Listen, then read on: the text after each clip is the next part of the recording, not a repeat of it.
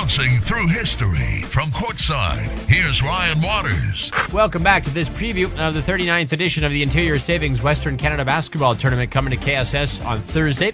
This tournament could feature the top two teams in all of British Columbia in a semifinal on Friday night if number 1 KSS and number 2 Pitt Meadows win on opening night. The Pitt Meadows Marauders Air Force have had a terrific season and perhaps a little unexpected, as head coach Rich Goulet explains. The season's going pretty good. A little bit of a surprise for us to be ranked as highly as number 2. There's some very good teams in the province. We've managed to beat most of our opponents, except for Vancouver College and Scots College from Australia. I think we're doing quite well. Why do you think your team is ranked so high? What's been the key to your success? Well, this team this year is, first of all, I've got 4 starters back from last year, which is a considerable number of starters. Yeah.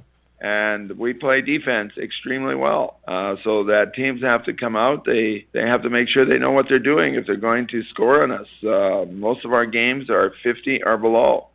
Only the really top teams can get into the 60s against us, and we take very great pride in playing defense and in stopping what you do. With such a good defense and a concentration on the defense, is that the identity of this team? Well, there's several identities on this team, and that would be one of them, of course. The other identity is that we have 4 grade 12 starters who have been with the team last year. We were 5th in the province last year with 1 grade 12 starting. That was Malcolm Williams, who's now excelling at Vancouver College. But we have a couple of boys who have learned their game very well last year that are leading the team this year. And, they didn't make provincial teams. They were just on the verge, but boy, they're sure playing like provincial players now. Now, you've been to this Western Canada basketball tournament before. You haven't been here since 2004. How have you seen it or watched it evolve from the last time you were here to now 2012? Well, just even from the information I've been getting, it has evolved tremendously since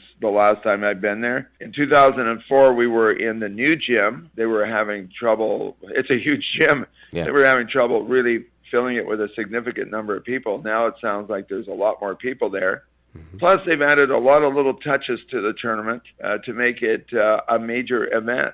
We go to the Brit, which is in Saskatoon, which is a major event. And we're told that it's not even the best tournament around, but to us, it's fabulous. They have every minute of the time scheduled with events. I never knew Saskatoon had so many dancing teams in it. Like, we must have seen 40 dancing teams at the tournament. We saw a great cheerleader contest. And I guess that Kelowna has gone a lot in that direction. The other tournaments I went to were in the old school, which were always packed because it was much smaller. Right. Looking at game 1 for you guys of this tournament, you draw Belfour from Regina. You kind of saw them at a tournament in Saskatoon, but really, what do you know about the Redmen? Well, they're big and talented.